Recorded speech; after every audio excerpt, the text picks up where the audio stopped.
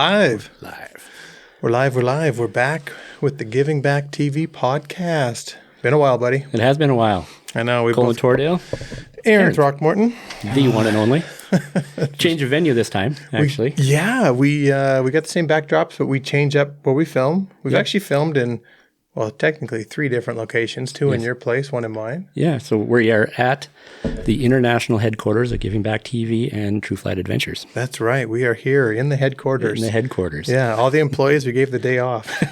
So we're here recording, but no, it's been a while. We were just talking about how busy our lives were, and even leading into the summer, we had all these plans, but we had some stuff going on. You had kid, not issues, but we had kids graduating and going off to college. Kids graduating. We had kids going to college. Took daughter to college. I rode with her in her car. My wife drove in the other car. My wife cried the whole way there. Didn't cry on the way home, so she got that out of the way on the way there. So when she was by herself. And I think we were about 30 miles outside of home coming back, the wife and I, when we got the phone call. I've never felt so alone in my life. Well, I had some roommate issues. That can happen. Yeah, roommate bringing beer and stuff into the dorm room and all that. And so she doesn't want to lose scholarships. Yeah. So she got that fixed and got moved in with her best friend from high school. That's cool, yeah, because, obviously college is, you're there to get an education, but kids are going to party. Yes. But your daughter has a lot to lose, too. Oh, yeah. So she has to be, she got a bunch of scholarships. Yes. So that's cool. So how's the wife doing and how's the daughter doing today? Daughter's doing great. She's met new friends there. She just went to an Oktoberfest type festival out on the campus grounds there with someone new, not someone from school or class. Someone she met down there. Yeah. That's cool. That's kind of what it's about, and Ozzy did the same thing. She moved Shane down to college, down to Twin Falls, Idaho. Mm-hmm. So he's a little further away, but he's doing great. And he's such a level-headed, stable kid that, he was fine with everything. Ozzy, I think, had some issues. I wasn't able to go, unfortunately. I wish I could have. But, she had to kind of drive him down there, get him moved in, and then drive back. So it was tough on her, but she's still doing good. I know he texted her this weekend when we were on the mountain, and she lit up. She's just... She's missing her baby, for sure. Yeah. And I think it's different between boys and girls, too. I remember when I was dropped off in college in Colorado Springs. We didn't have cell phones, so no instant communication. I had to wait 2 days before my parents got home, so I was really on my own. Yeah. In an apartment by myself. In a big city, going to Colorado Springs from Helena, Montana. It's a big city. That is a change, yeah. But, it was different. We didn't have cell phones. I know when I went to Coeur d'Alene, Idaho, so it was about 8 or 9 hours away. But yeah, same thing. You get dropped off. And actually, my dad took me over. My mom stayed. They owned a grocery store, so one had to run the store. And I think it was too tough on mom to take me. And so Dad took me over. But yeah, he leaves, and then you're like, I'm free. I can do what I want when I want. So, but that's cool. But that took a lot of our time this summer. And then we got, I tell you what, summer went so fast. And then we got right into September, which is our favorite time of year. It is. Elk singing, man. There's nothing like it. There's nothing like it. But our season has been very slow. How about you guys? Same. Normally, a couple weeks in, we're hearing a lot of rut activity, bugling, cow talking. This year, I want to say silent. You would hear the occasional bugle, more like a locator or something like that, and nothing else. No response to a bugle, no challenging, not even rut activity. We saw herds of cows with no bulls. Really? Which was weird until about 3.5 weeks into September. Then we started seeing bulls with cows. Ran across a herd out looking at private land, glassing out there at them because they're giving me the big middle finger.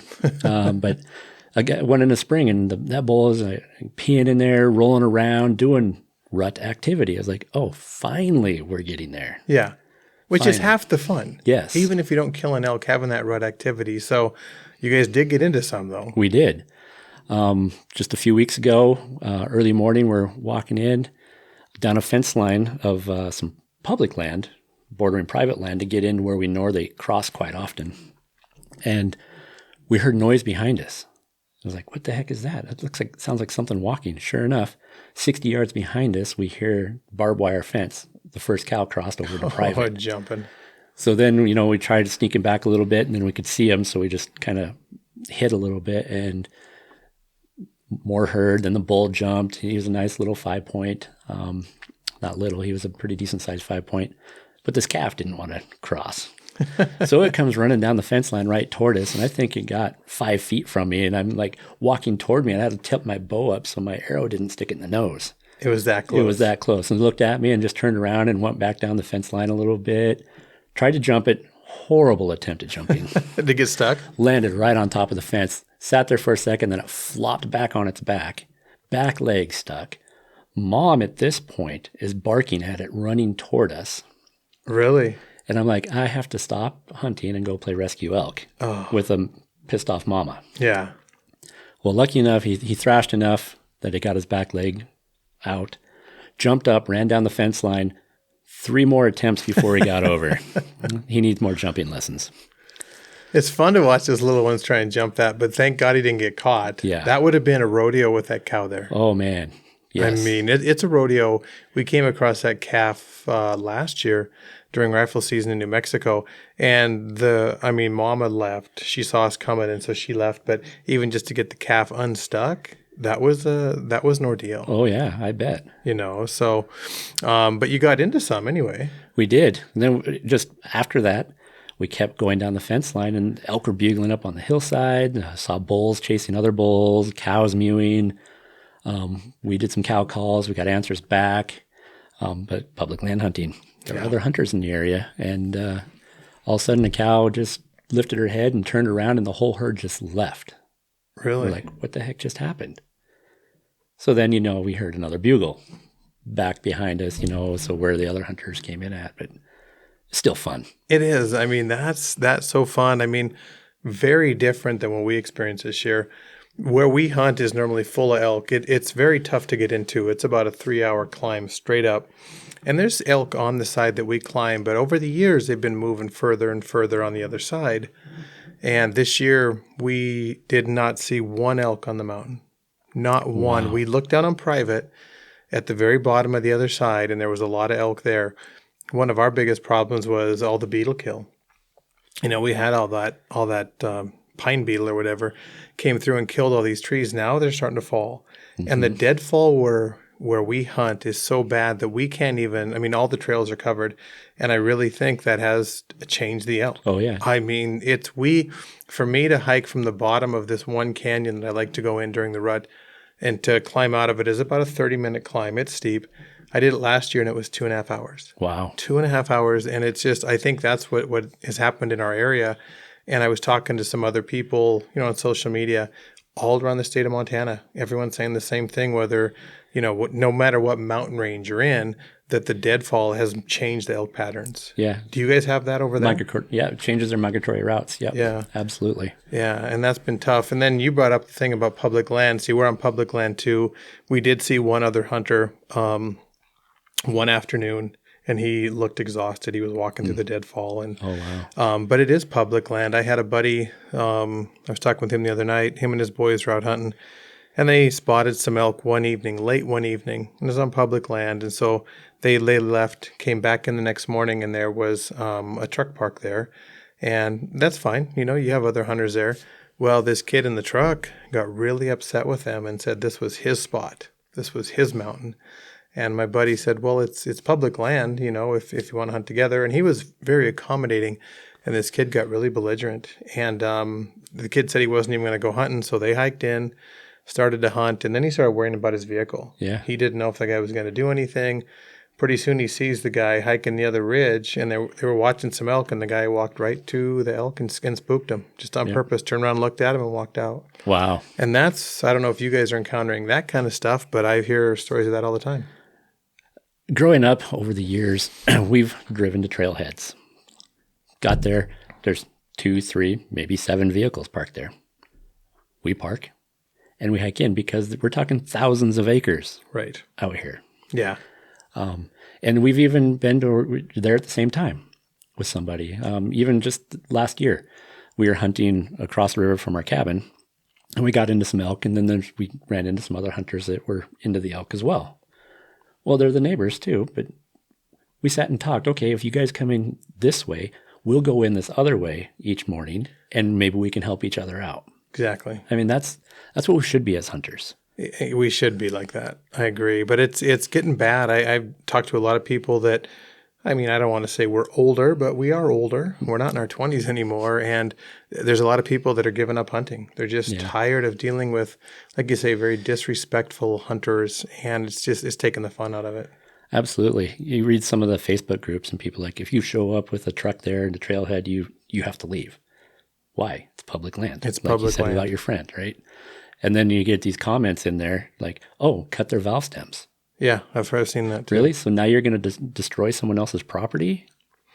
This is ridiculous. It is ridiculous. And there's times where I've actually pulled up to trailheads and somebody is there and they got the truck very nicely and they're like, hey, I was planning on hunting here. And I have left. Yes. And absolutely, if it's a small area. I remember one time I was actually doing a spring bear hunt and we parked public land. We parked at the trailhead. We hiked in half a mile. We're going up this hill and it's a nice trail. And I look behind me and here comes a couple. And which was kind of odd because they saw us. He walked up and I said, yeah, how are you? I was nice. And I said, are you guys hunting here? And he goes, yeah. And I said, yeah, we were going to hike up this trail. And he goes, tough shit.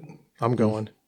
Oh, wow. And I just was like, we could have hunted together, but he was so rude about it, and that's what I think that's turning a lot of hunters off. I think that as hunters, we need to be better. I understand. I mean, you get up early, you take vacation, you don't want to be around other people, but on public land, it's going to happen. Right. It's going to happen. Especially near a trailhead. Yes. If you don't want to be around people, there's a couple of things you can do. One, you can get in about 5 miles plus.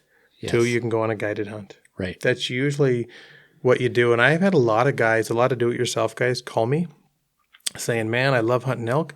I love archery hunting elk, but I'm tired of the people. I want to spend the money on a guided hunt. Yeah, yes. But I tell them too, a lot of these outfitters hunt public land too. Yeah, they do. Their difference is they usually are back in 10 plus miles right. with horses or they have exclusive lease rights, for some private. So I don't know. It was, it's different than when we were young, I feel. Absolutely. I mean, it didn't seem a problem. No one cared. Everybody's out there hunting like, oh, I got up late. That guy's in there early. Maybe he's into him. But also, sometimes the person that got up late walking in, because the other people are in there pushing the animals around, they got an opportunity to kill one. Exactly. We knew a guy that we always talked about him, call it Baker luck, right? Because he'd get up at 10 o'clock in the morning and go driving in and one run across the road in front of him and shoot it on the road and doesn't have to drag it anywhere. Exactly. But that does happen to people, Yeah. I mean, people think you just never know what's going to happen when you're in the woods. I was hunting one time and had a group of guys and I heard them. They were at the very bottom bugling. So I stopped. I was actually hiking down to this canyon, heard them. So I stopped and I just sat there and they were bugling a lot, like way too much. And I finally started to hear the cows. And so what they did is they actually pushed the elk.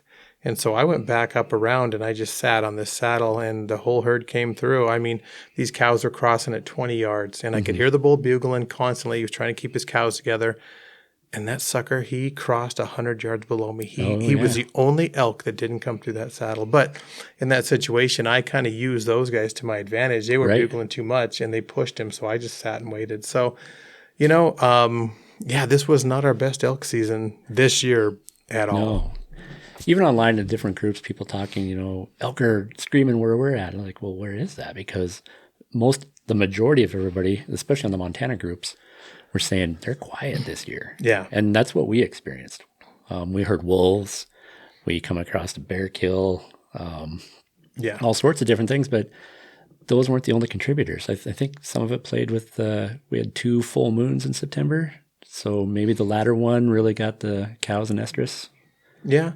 I mean, and I think some of the elk, even some of the other states, I've had outfitters tell me they don't feel they're bugling as much in the West. Now, don't get me wrong. I've been to areas where the elk go crazy, but I think the wolves have changed them. I think that the elk don't talk as much as they used to. And people might think I'm crazy, but I mean, those wolves listen for that. That's all they have to do. They do. Yet 2 weekends ago, all those elk were just talking and bulls screaming. And All the cows talking all over the place. We're like, oh, that's so cool. I love being out there when they're doing that. Yeah, and they're always going to do that because when they come into those cycles, those cows are in heat and those bulls go nuts. So it's going to happen regardless. You just have to be there when it happens. The cows are, 24 hours to be able to take? Something like that? It's a short window. Yeah. But I've been on the mountain, hunted all day, heard nothing the next day.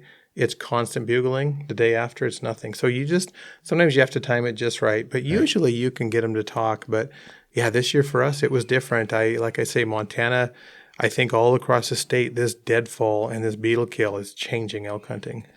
Changes their travel patterns where they'll go because they can't get through there either easily. And they're not going to labor. No, they all animals want the easiest route. Right. You know? You're walking up a hill, you pick a game trail. Why? Because they take easy route too. They do. Unless pushed, yeah.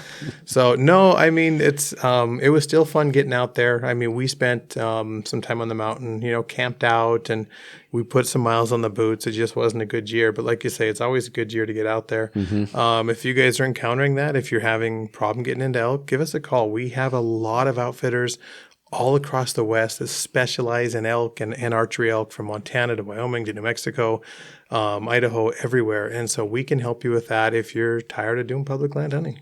Right. So we can certainly help you with that. We can't guarantee an elk, but we can guarantee some fun. Guaranteed fun. Good time getting out in the hills. Yes. It is. So, well, good catching up with you finally. Thank you guys for tuning in. And until next season, we have a whole year to plan another elk season. That's right. Well, we got rifle. We do. Thank you, guys. Thanks, everyone. If any of you want to go on any of these hunts or trips around the world that we talk about on this podcast, True Flight Adventures can help you with every step of the way. Get a hold of us either by calling or emailing, and we can get you on that trip of a lifetime. Thank you for joining us. If you'd like to hear more of our stories and commentary, or something to sleep to, be sure to follow us on Spotify, Google Podcast, or Apple Podcast. If you enjoy watching us ramble on, then subscribe on YouTube or Carbon TV. Until next time on Giving Back TV Podcast.